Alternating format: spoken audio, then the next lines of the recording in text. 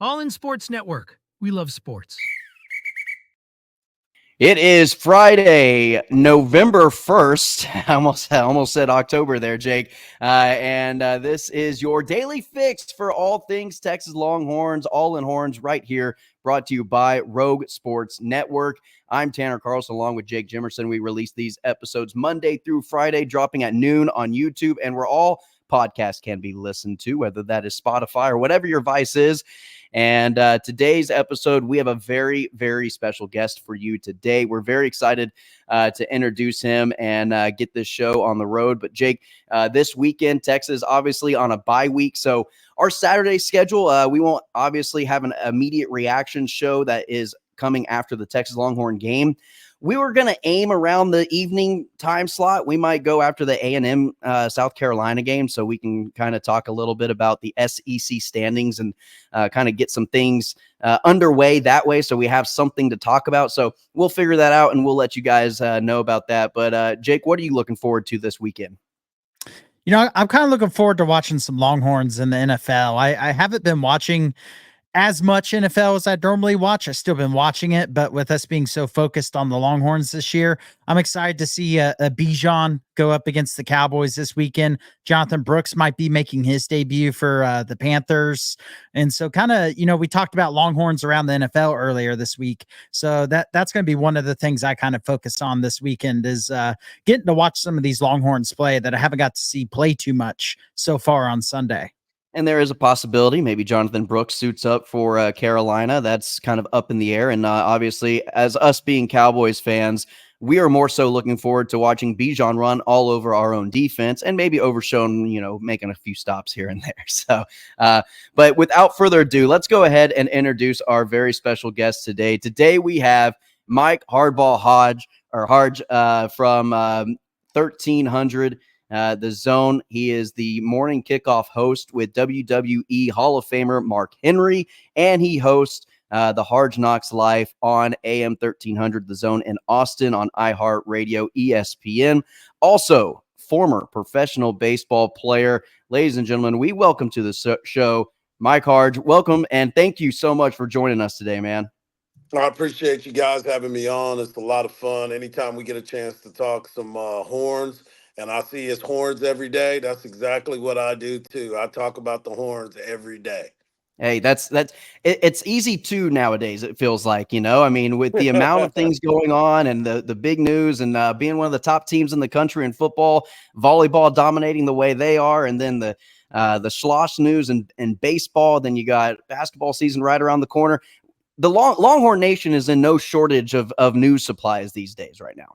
No, not at all. And I'm glad you brought up Schlossnagle and what he's been able to do with the baseball team, getting that figured out. You talk about volleyball, one of the best teams in the country, back-to-back national champions, basketball season with Vic Schaefer and Rory Harmon being able to come back. And then, of course, RT, Rodney Terry, and the men's basketball team bringing in Trey Johnson, exciting young player. So, yeah, and of course, you know, always talking about football and what's going on with that. It's always good to have a positive conversation about football because it's been a while. It's been a while. it feels like it's been a while. And I mean, we're 30 years old, so we grew up. Middle school was the heyday. You know, beginning of middle school was Vince Young, and then we went straight into Colt McCoy, kind of finish off our high school years. And then after that, from that point on, from the time we graduated high school until just about now, the last 2 years, it's been pretty dormant and pretty depressing to be a Longhorn fan. So it's nice to feel like we're back on top. And not only that, but you're on top in one of the nation's probably most difficult conference in the SEC this year as well. Yeah, and that's one of the things that I continue to try to make people understand. Those that forget about those doldrum years where things were kind of stagnant. Now people are expecting Texas to win every single game by blowouts, and it's not ever going to be that way. Moving into the Southeastern Conference, everybody didn't think Texas was ready to be there. Now they're there. They're near the top of the conference, but yet and still there's always going to be some controversy. And it's how quickly we forget, right? How quickly we forget. That's one of Jake's big things. I've gotten very upset in especially last week's reaction week because I'll be following the game on social media as it goes on, and you would have thought we were losing to Vanderbilt that entire game with how some of the fans reacted. I don't get the spoiledness because I remember what it was like when Texas was great and growing up, but them being so bad, I appreciate what Sarkisian has done, bringing them back, bringing them to the forefront of the best conference in football. And not only that, but it feels like this program is heading in a direction. I'm curious your thoughts on this, but it feels like they're heading in a direction where they're going to be pretty consistently really good, if not great, from a year in, year out basis with all the competitive depth and all the recruiting he's bringing in, how they hit the transfer portal, and just having the right staff in place. Yeah, I couldn't agree with you more, and that to me is why I wish that people, obviously we want to play for championships and be a part of things like that, but let's not get out of our head on where we were not too long ago. I mean, when he first got here, we were 5-7, then we went to 8-5. Last year we went 12-2, and now they're sitting in a perfect prime spot. That obviously. The SEC is what it is. Everybody always talks about it just means more. Well, obviously it does just mean more for all the teams that are involved.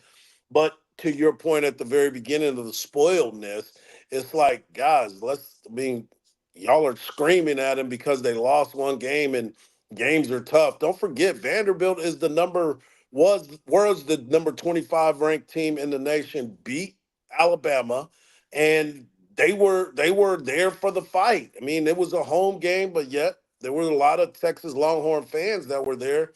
But let's pump our brakes and really enjoy what we're seeing. If you would have told me last year that Texas would have an opportunity to play for an SEC championship, people would have thought you were crazy. If you would have said it 4 years ago, people would have thought you were out of your mind and would have drug tested you as soon as they saw you. So these moments that we have, and I'm not telling anybody to be complacent or not believe in the team, but let's be realistic about the expectations. We got a damn good football team that goes out there with a lot of talent. Coach Sark has done a great job of bringing in that top tier talent. And if positions are missing, he goes out and gets it. So let's just continue to roll with what we're seeing. And yeah, be frustrated, be excited, go through all your gamut of emotions, but be realistic about the expectations of every single week. We know it is going to be a dogfight. That's why when you came here in the SEC, you knew what it was. So act like it sometimes. That's one thing that me and Jake, we struggle with on a daily basis or on a Saturday basis. The text exchange that we go through during the game is very different than what it is a day or two after the game when we've got a time to, diagnose it and kind of, reflect upon what happened and really go even through a second watch or whatever. During the game, it's your typical fandom, it's Exactly. and that's fine. That is okay to have those emotions during the game. It happens to the best of us. It's afterwards you can kind of calm down, reflect a little bit, understand, hey, a win is a win. And especially in this year of all college football seasons, especially just winning the game and getting out alive each and every week is the main goal. I'm glad you brought up kind of this expectation thing, because that's actually one of my first questions I have for you. It is, how do you feel about this team sitting at 7-1? But is there a difference, because you're in Austin, you get it on a more, local basis than we do. Is there a difference between kind of how the team is feeling in the locker room and in press conferences, talking to coaches, player personnel, trainer staff, whoever's involved with the program, versus the fan perspective on the outside looking in, at least in the Austin area? Yeah, absolutely. And Coach Sark brings it up. It doesn't matter what's going on outside of those locker room conversations. It's all about the people that are within those walls and what they believe. They know what it is. They know the expectation. They like to win too. They understand what it's about. The bad taste in the mouth came from Georgia, and then all of a sudden the sky was falling. I'm like, let's not forget how good Georgia really was or is. Georgia is one of the top teams in the country. They are the standard. Now that Alabama's kind of fallen the way that they have with a brand new coach and all. But Georgia is what it's all about. They were back-to-back national champions. Those are the guys that people were mad. People were talking about Florida State not being in the playoffs last year. What do you think Georgia was? Georgia lost one game, and then all of a sudden, in Yeah. 2 years, and then all of a sudden the world came to an end, and it's like, no, man, it is what it is. But back to your point about the fan base, my buddies always used to say, fan is short for fanatic. And just like you said, the text exchange, we have them all the time. But the reflectiveness of going back to the game and understanding, okay, we played well here. The game might have been close this week, but the reason why it was close was because of this and because of that. We could have had a touchdown. We had a touchdown call back. There were some big plays that happened. The run game, the penalties. This team is a lot better than what people are panicking to think, right? So Yeah. yes, the city of Austin, the fans, they get a little riled up. I know my phone blows up every single week about Quinn because I'm a believer in Quinn, and he's not the guy because what you saw Arch Manning go out there and have some bright moments. Think about your future. Your future is going to be fine, but your present and be where your feet are right now with Quinn yours, and let him be healthy. Let him be healthy. You weren't saying that at the beginning of the year. You were like, oh my God, playing Heisman. Now all of a sudden he has the ref patch like every quarterback in America. Now all of a sudden everybody's thinking, oh my God, he's not the answer. Well, he is the answer, and Coach Sark has told you that over and over again. Yeah, even us, we had some moments in Texas change where it's like Quinn keeps struggling. Do you make a switch? But at the end of the day, we're Quinn Ewers fans, and we were both very happy to see him rebound like he did against Vanderbilt. And this bye week, I feel like is going to be pivotal for him. Just Absolutely. get some more time. That those injuries, I'm sure as someone who played in baseball, those injuries take time to come back from. I know that's a common baseball injury, but kind of looking forward now. So, we're coming out of the bye week now. It's been a long bye week, ready to see them take the field again. How do you feel about them heading down the stretch? How do you think they're going to finish the season with one of their tougher stretches of the season? They just came off a tough 3-game stretch, the emotional game against OU, because that game is what it is. It is always a fight. And then having, to go against Georgia and then Vanderbilt, who's a lot better than we expected. But now down the stretch, you're going to have a physical Kentucky team. You're going to have a Florida team that might not be as bad as their record shows. And then obviously road trips to Arkansas and A&M. It's going to be a pretty tough ending stretch for the Longhorns to try to end the season on a 4-0 ending. As Coach Sark always says, it came at the right time. This was the perfect time for the bye week. You get some more guys healthy. You get a Makuba back. You get a couple other players back in their positions, and you start to look at the situation as a whole. Quinn Ewers gets another week to rest and get healthy. That Florida game looks a lot different now with DJ Lagway being the quarterback and his elusiveness. And he's a Texas kid. He can sling that thing all over the place. So he's looking forward to playing against the Longhorns. That Arkansas game was going to be what it was because it's that old rivalry, and I believe that Texas owes Arkansas a lot from what they've seen from them before. And then, of course, you have Kentucky, who, by the way, just full disclosure, I had Texas going 10-2 at the very beginning of the year. And the one game was going to be Georgia that I was worried about, and the other game was going to be Kentucky. Kentucky is a team because of the Stoops family and what they mean to college football. And that Kentucky team has always been one that always seems to rise to the occasion of every one of those games. So those were the two games that I was worried about. That Texas A&M game is definitely going to be one for the ages, strictly because of the fact of it's a rivalry. It's a team that Mhm. is playing for something. A&M is leading the conference right now, the only undefeated team in the SEC conference-wise. So yes, I think the bye week came at a perfect time.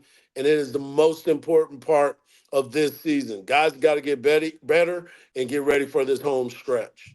I think great minds think alike because I also had that Kentucky game was one I Yeah. mentioned in our prediction show as being a game I was concerned about. Yeah, beginning of the year, my big flag was in Fayetteville, Arkansas, on the road against Arkansas. That just, I think the Casey Thompson era, just it's kind of stained PTSD in my brain. I know this is a completely different team. I know it has nothing to do with that anymore. It's just that's the lasting memory I have of Arkansas. And so when I saw the schedule and I saw it was in Arkansas, I said, oh man, here we go. This is going to be a battle, and it might still be a very tough game for Texas to go on the road and win that game handedly. I want to take a little bit of a step back, zoom back a little bit, and I want to talk more a little bit about you and your history. You played 13 seasons in the minor for various teams in baseball. You were drafted by the Montreal Expos, second round in the 1990 draft out of Ellison High School. Is that correct? I work in Killeen, so they're right down the road from where I work. So I know exactly where your neck of the woods is from. What was it like, man, from such a young age, just going straight to a professional athlete kind of mindset and world that you lived in, traveling with the team and things like that, and just going basically from teenager to a professional athlete? What is that life like? Well, it's kind of interesting because of the fact that you have no idea. And the most humbling part about it is obviously I was the second round pick. I was the 48th person picked in the country that year in the draft. And you get humbled real quick because everybody is good. It's kind of like going to college. It's kind of, going from a seventh and eighth grader to a ninth grader and trying to play varsity baseball, probably trying to play varsity football. The game's a lot faster. The guys have been around. They're veterans, so to speak, and you had to learn a lot fast. And you becoming a professional athlete, you got to change the way you think. You got to change the way you move around. You got to change the way you operate. And some guys are ready for it, some are not. Some it takes a little bit of getting used to. Some are ready. They grew up in a situation and whatever it may be, whether it's their high school team or their household of professionals. So you learn how to become a professional real quick. You got to learn bank accounts. You got to learn how to make sure you're saving your money, and you can't go out and buy everything you want to at that time, because when I got drafted in 1990, the signing bonuses are way different than what they are right now. So I always say, man, if I was born at a different time, your boy might be doing some other things in life. But but but you look at it and it's like, everything happens for a reason. And then I can share my wisdom to some of these younger players that are very inquisitive of the professional life. But playing professional baseball, I've got a lot of friends that I still talk to. I love being around the game. I spend a lot of time talking to Coach Schlossnagel offline, not in a professional reporter kind of conversation, more of a, hey, let me pick your brain on these certain situations. But I've been blessed enough to be around this game as long as I have, and I get a chance to call games now, and I have Chipper Jones on the show. He's a good friend of mine. We were drafted the same year together. I have him on the show a lot, keeping me abreast of what's going on in the game as well. So it has its benefits. And what I always tell people, because people ask me this all the time, they were like, would you do anything different? And I always say I wouldn't do anything different, but I would add going to college to play football as opposed to coming to play baseball, because I had the opportunity to play football and baseball in college. And when I got drafted, obviously you see it happen all the time. Quan Cosby is somebody that came back to the University of Texas after playing professional baseball. Cedric Benson, RIP, Ricky Williams, bunch of other guys were able to go and do that. And so that is my only regret. My only regret. Not coming to play baseball. Not my thing was I should have come and played football during the off season. Were you recruited by Texas to play? Yes. What position did you Yes. play in football? I was a quarterback. I was a quarterback. But when I was coming to Texas, I was going to be an athlete. I was probably going to be just like Quan. I was going to probably be punt returner, wide receiver. Gotcha. University of Houston was recruiting me to play wide receiver. Nebraska recruited me to play quarterback. That's when they were running the veer and the option a lot, and that was what I did. Arkansas was recruiting me for football as well, but everybody knew I was going to get drafted in baseball, so it was kind of like, okay, if you get your opportunity, would you do it differently? And I was like, that would be the only thing that I would change. So is baseball your first love? And you kind of mentioned you've talked to Schlossnagle. I'm curious of your thoughts of the hire and how you think Texas baseball is going to turn out in the SEC. My first love was the money that I got. My second love. No, I'm Hey, just kidding. that's an But easy answer. now, baseball was always something that I was always attracted to, and I got turned on to baseball by a friend of mine when we were 10 years old. I didn't start playing baseball until I was 10. Never played it until I was 10 years old. And a buddy of mine that played football and basketball on my team, he was like, "Hey man, come watch me play. Come watch me play baseball." And I was like, "Nah, I don't know about that." Well, I went and watched him play, and I had already hit off of him before, like playing around. I was like, "Oh, if he's striking people out, I'm definitely playing." And we're still friends to this day. As a That's matter of awesome. fact, he's one of my closest friends. But talking to Coach Schlossnagle, and yes, I'm very excited for him to be at the University of Texas. And we've had some candid conversations about everything. And he's one of those guys that once you get to know him, you definitely are going to pull for him. I know that everybody has all their speculations about how everything went down and all that stuff, but when at the University of Texas, all they care about is championships. And I still talk to Coach Pierce. I think Coach Pierce did a great job for the university, but like anything, there had to be a change. Um, and when the change comes, it's going to ruffle some feathers.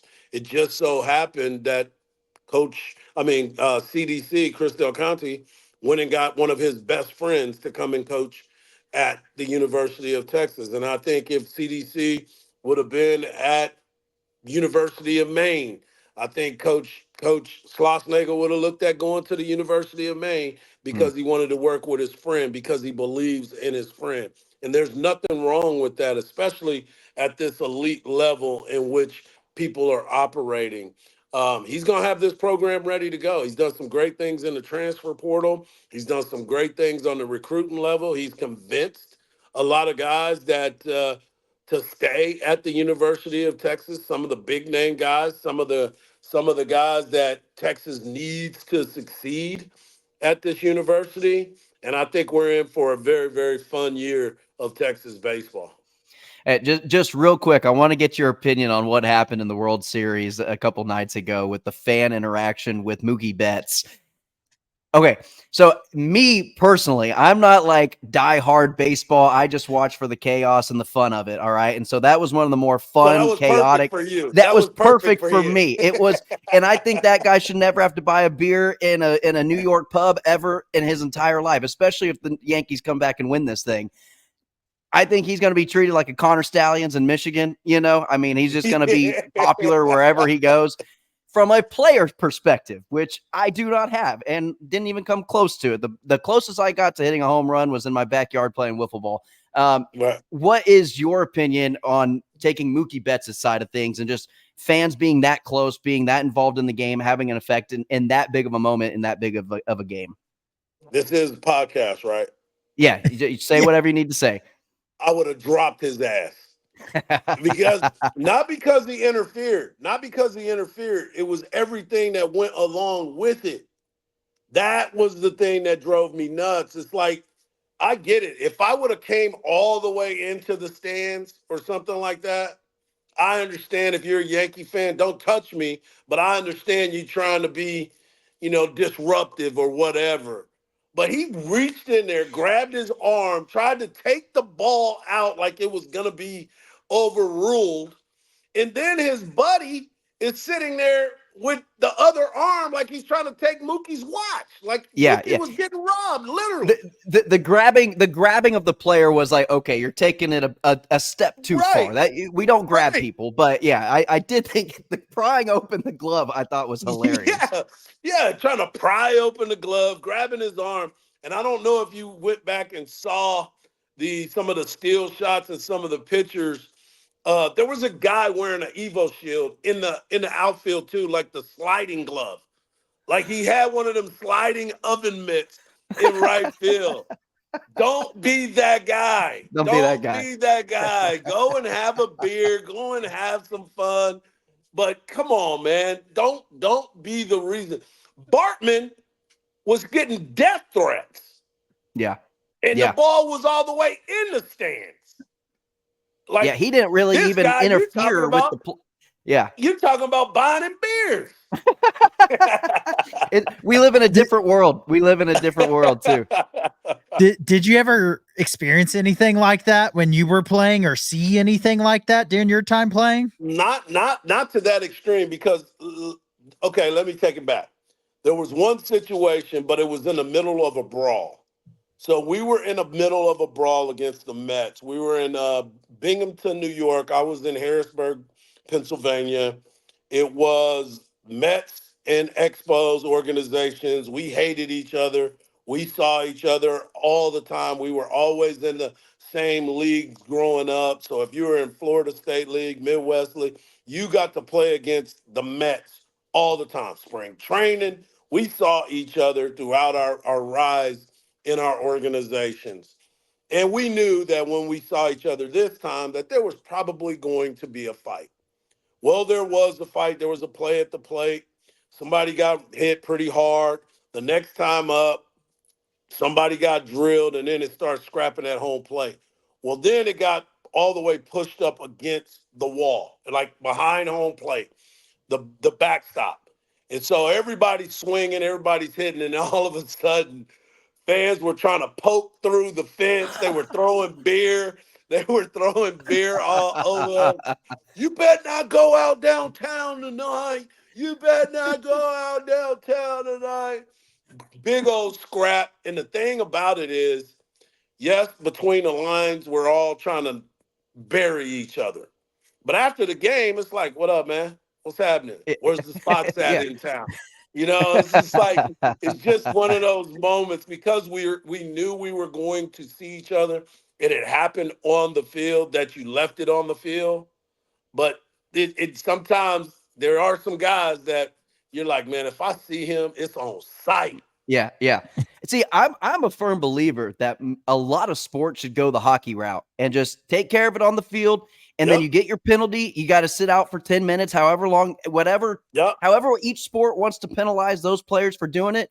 But it really does. I think it helps, because like you said, after it's said and done, and you get it out of your system, then you can be boys again. And you're like, all right, let's just go play and get this over with. Yeah, let's go get this over. We're both going to be ejected anyway, so let's just go on and let's go on and shut it down. Yeah, I think that should be good for any sport, any and all sports. I'm all for it. So, hey, before we let you go, we can't let you get out of here without talking about the WWE Hall of Famer that you work with every single morning, Mark Henry. What's he like, man? Is he as intimidating as he lets on his character? Does he ever let that side out of him at all? Whenever you're out walking on the streets or go grabbing lunch, grabbing a coffee with the guy, what's it like? Is it just a swarm of people? Do people recognize him? What's life like in the shoes of a WWE Hall of Famer? Well, the beautiful thing about Mark is he is a gentle giant. He always talks about himself. He is begging to have a statue made, because he's such a good person. So we had these conversations the other day, and I've known Mark for over 20 years now, you know, and we've had a conversation the other day, and I told him, I said, man, what was your best earning time? Not how much money you made, but what was your best earning? He said, it was when I was the bad guy. Mm-hmm. And he said, all he ever wants in life is people to like him. He's like, that's all I ever want, was people to like me. I said, how much money did you make? He said, well, I ain't make that much. And I said, when you became a mean person, how much money you made? He said, well, I did pretty good when I was a mean person. I was like, exactly, Yeah. exactly. So during football games, we do our pregame show, and we're pretty much all over the place. But every Saturday home game, we always try to tell him to get there early because I want people to see him. I want him to interact with people, but I want them to get it over with early because we're doing a pregame show and people are walking by and they're like, hey, is that Mark Henry? And you could see them get excited about it. So then they're coming up trying to talk to him and he's trying to be nice to him and everything. And I'm like, we need security for security because all these people want to talk to him and just capture that moment with him. He will talk to anybody. He is the nicest, most humble person that you would ever want to be around. He's always doing things in the community for the kids. He's still involved with some wrestling parts of things. Obviously, for those that don't know, his son Jacob signed a contract with an NIL deal with the WWE. He's wrestling at Oklahoma. That drives Mark nuts. But Wow. Texas doesn't have wrestling at the Yeah. university, so he had to go where things were good. But working with him every single day, I always try to make him understand. I was like, "You've lived a life that a lot of people haven't. So every day, bring us something and bring them something that they don't don't know about you." Because they know you as the world's strongest man. They know you as a WWE Hall of Famer. They don't know you as a dad.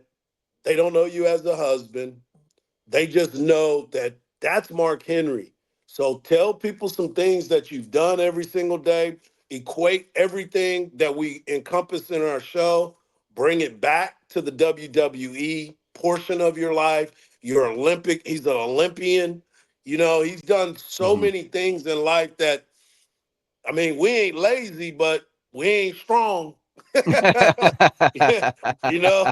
So it's just it's very cool and it's an enlightening time for a lot of people because again, he tells us something every single day that I'm like, ain't no way that happened. Mhm. See, well, that's my thing too, is because I just finished watching that Vince McMahon documentary on Netflix, and I've watched other WWE documentaries in the past, and just how crazy the life is behind the scenes. We think it's crazy on Yes. screen, it's crazier behind the scenes, and a lot of those stories don't even get told. So I'm Right. sure he has some things, and he has some stories, and that he probably doesn't even want to say out loud or on air or anything like that. But I'm sure I'm sure he's a great guy.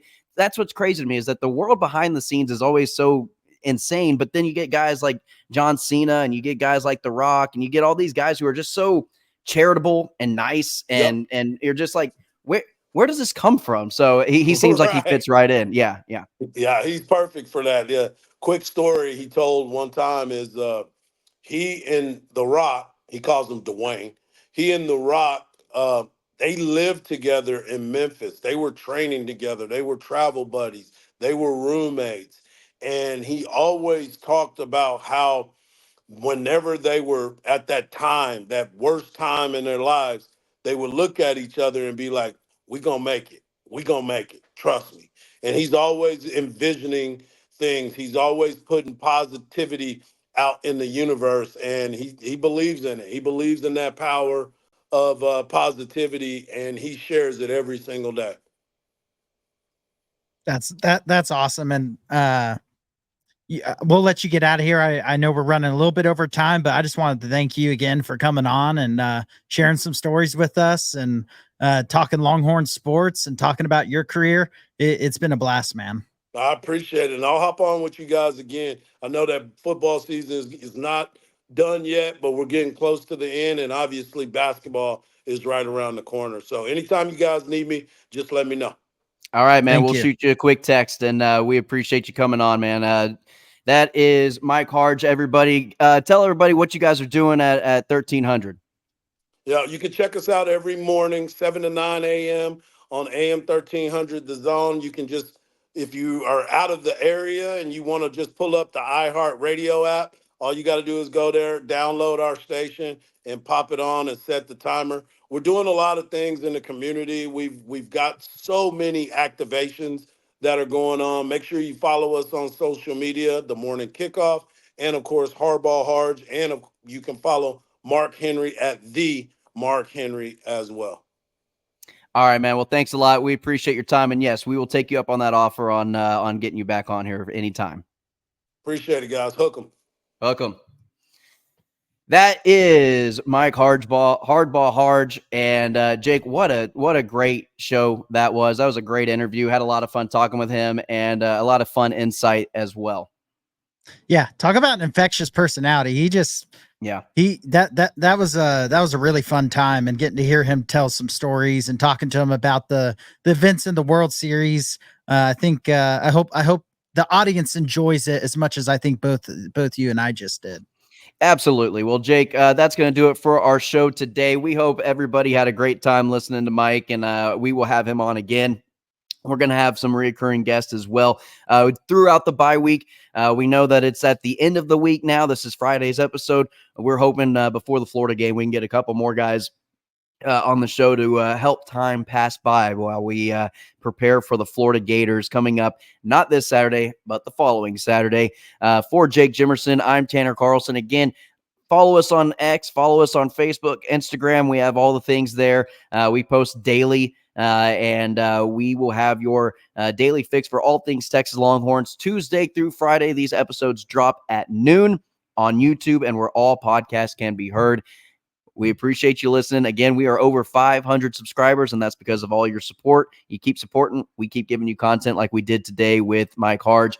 And for the show, Jake, happy Friday. Happy new month of November. And as always, welcome. All in Sports Network. We love sports.